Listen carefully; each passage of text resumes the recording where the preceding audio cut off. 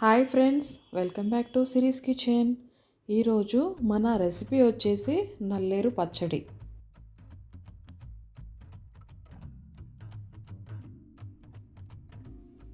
నేనైతే ఈ పచ్చడి చేయడానికి లేతగా ఉన్నటువంటి నల్లేరు కాడలను తీసుకున్నాను. చూడండి, చాలా లేతగా ఉన్నాయి కదా. ఈ నల్లేరు వల్ల మనకి చాలా హెల్త్ బెనిఫిట్స్ ఉన్నాయి.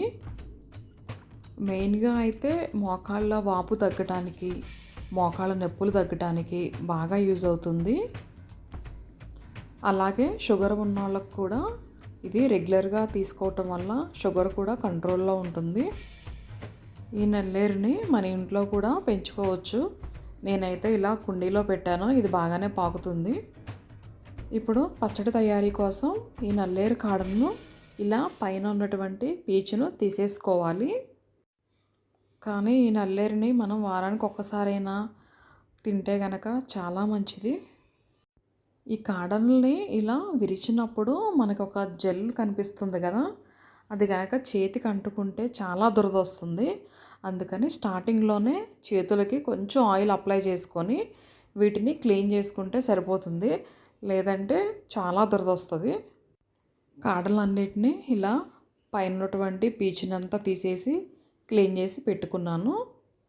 ఈ పచ్చడి కోసం ముందుగా కొంచెం చింతపండును శుభ్రంగా కడిగేసుకొని నానబెడుతున్నాను.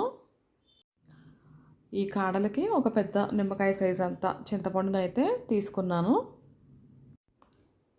ఈ చింతపండుని వేడి నీటితో నానబెట్టుకుంటున్నాను. ఇప్పుడు స్టవ్ ఆన్ చేసి ఒక కళాయి పెట్టుకొని అది హీట్ ఎక్కిన తర్వాత ఒక 2 స్పూన్స్ ఆయిల్ వేసుకుంటున్నా.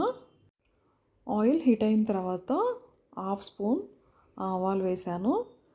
అలాగే ఒక 1 స్పూన్ ధనియాలు, 1/2 స్పూన్ మెంతులు, కొద్దిగా పల్లీలు వేసుకొని వీటిని కొంచెం దోరగా వేపేసుకోవాలి.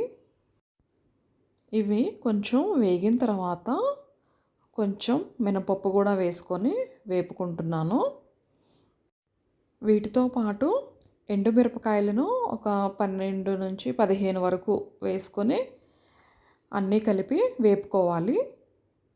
నేను పల్లీలు వేసాను కదా, వీటి బదులు పల్లీలు కాకుండా నువ్వులైనా వేసుకోవచ్చు. నేనైతే పల్లీలతో చేస్తున్నాను. కొంచెం ఈ మిరపకాయలను వేపుకోవాలి. చూసారు కదా, మిరపకాయలు కూడా వేగిపోయాయి. వీటిని ఒక గిన్నెలోకి తీసుకుంటున్నాను.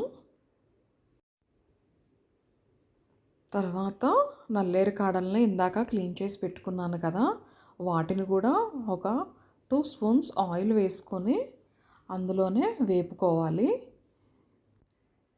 ఈ నల్లేరులో వాటర్ కంటెంట్ ఎక్కువ ఉంటుంది. ఇవి చూడటానికి ఇన్ని ఉన్నాయి కదా, వేగేసరికి చాలా తక్కువ క్వాంటిటీ అవుతుంది. ఈ నల్లేరు వచ్చేసి మనకి విలేజెస్లో బాగా దొరుకుతుంది. మీకు కూడా అవైలబుల్లో ఉన్నట్లయితే డెఫినెట్గా అందరూ ట్రై చేయండి. అలాగే నా ఛానల్ని కొత్తగా ఎవరైనా చూస్తున్నట్లయితే సబ్స్క్రైబ్ చేయండి, లైక్ చేయండి, షేర్ చేయండి.